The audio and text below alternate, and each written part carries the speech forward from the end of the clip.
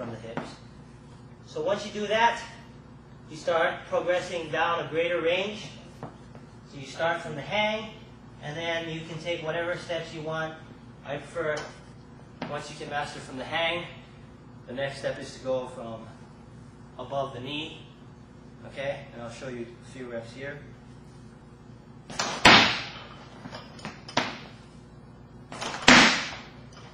Okay, then you can progress, to the next set below the knee. Okay, then you can go mid-shin or to the floor. We're going to go straight to the floor. Now this changed biomechanical aspects of the hip, knee, and ankle now. So you're getting greater recruitment throughout the whole posterior kinetic chain.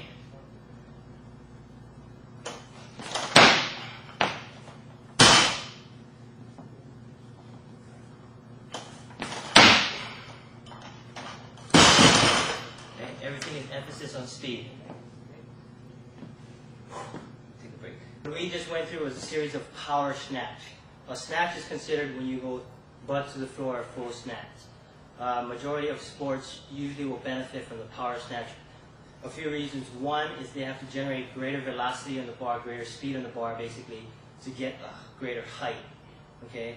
Two, majority of the athletes can't do a full squat, okay, with the bar overhead, so it neglects spending all that time trying to get people to learn it. You just go into power snatches. That's a lot easier, especially if you have to prepare like an NHL player and you only have 4 months to get them ready for the season. So after we're doing the power snatches, I'm going to show you some derivatives. What we do basically is snatch pull and a snatch high pull.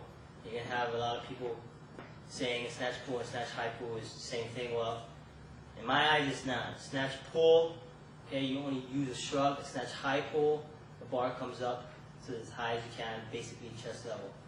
So the velocity, once again, is different, and the load is different. Okay, I will start off with the snatch high pull, which means you pull it high in the snatch grip. I have a colleague that says a snatch high pull is only an American term, yet a Romanian coach taught me it. So, you go figure. Snatch high pull.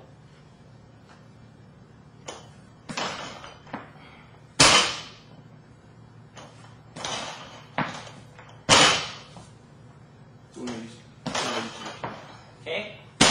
That's a snatch high pull. Obviously the bar's getting high. Snatch pull, okay, you're going to keep your arms straight. You're going to use greater loads. Usually you can use about 10 to 15 kilos more than your snatch, depending on how quick the speed of the movement is off the floor. You don't want to use too much greater load, otherwise you lose a lot of velocity. Okay, but usually most of the time we use about 10 kilos more. And I'm going to use the same weight. It's kind of light, so it's hard to keep marking.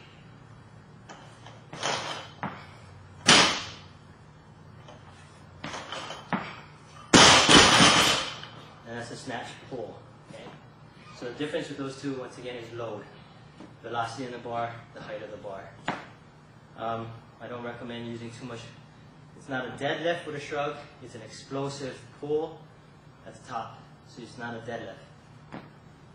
Alright, you can use snatch deadlifts for certain phases, but when we're focusing on power, everything wants to be explosive. Alright, so that was the power snatch derivatives. I'm going to go to the power clean derivatives. I'm going to speed up through this because basically you're just taking the same movement, going through the same ranges, teaching it the same way.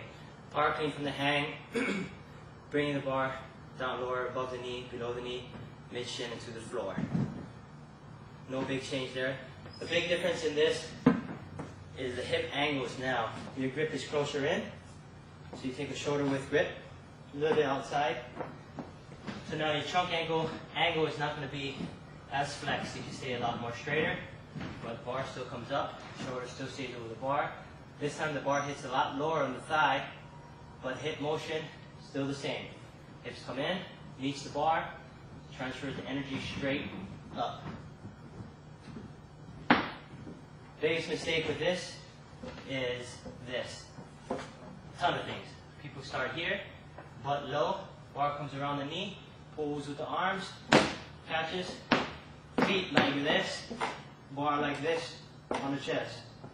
You tell me what the potential injury to the wrist, the back, the knee, and ankle is. You don't gotta be a orthopedist to figure that out. Okay, but yet 90% of the high school population power clean like that. Go seek someone that knows how. Come here to this place. Where's your banner? Athletic strength and conditioning. Athletic strength and conditioning. Okay, out here in Columbus. Go see Kim and your partner's name and Dan. Okay, so basically, start from the hang, above, below, down to the floor. Okay, accelerate up, hips come in, up, meets the bar, elbows come around. Here's the key point. Should linemen, big linemen, do power cleans? My opinion, yes, if they can front squat properly. Alright? When a guy's arms are 90 inches round, they're not going to be able to hold the bar, so their wrists are going to take the torque. Alright? And then they end up front squatting like this. Alright? And their fingers are worse than mine, and they're like this. Alright? That's an improper position. I don't think they should power clean. That's when you take a derivative, teach them how to power snatch, alright, and load on their clean pulls. So the first key thing, always check, is if they can front squat. Basically, just take the bar, or, I got 40 kilos, put it on their chest. Preferably, should be able to hold the bar in a lat grip, okay, showing that the forearm flexors have enough range of motion, alright. Elbow should at least stay, at about a 45-degree angle to the body, or 30-degree angle. Some people are very excessive and they really say, drive the arms, elbows, and up, okay. Is that optimal? No, okay. Here, this is the optimal position right here. Creates a pocket. As you will see, I will release my hands, bar stays there. Okay, I can front squat here. Doesn't change my angle, my elbow stays in the same position. Alright? This is optimal. This is minimal. If a guy can get his elbows here, he's still power clean as long as he doesn't tell you he has a lot of stress on his shoulder or elbow. Okay? So this is minimal position. If someone can't get to this position, bar's down here, and in order for them to do a squat, they have to lean back and hold the bar here.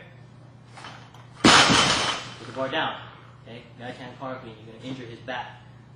A lot of lower back hyperextension. It's useless, they just get injured. Well, what can happen also is that if they power clean their back like that and they slip, you take off their knees. Okay, so now to a power clean, start in the hang. Okay, shoulders over the bar, same hip movement, extend, nice and powerful, dynamic shrug.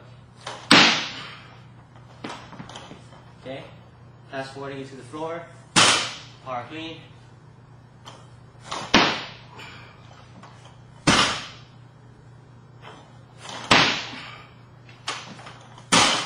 Okay, once again, timing of the bar is important.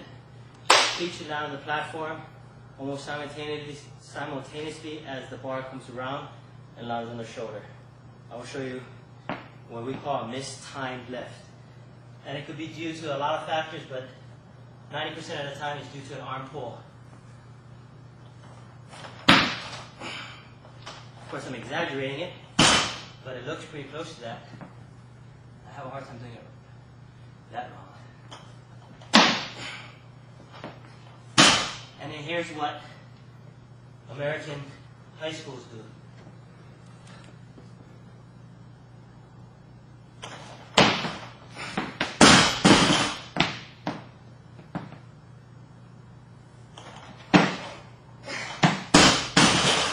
And I'm doing it better than 90% of them. Okay, so the power clean, bar turns over quickly, elbows come up and around, meeting the bar, same time feet touches the ground. One more time, power clean.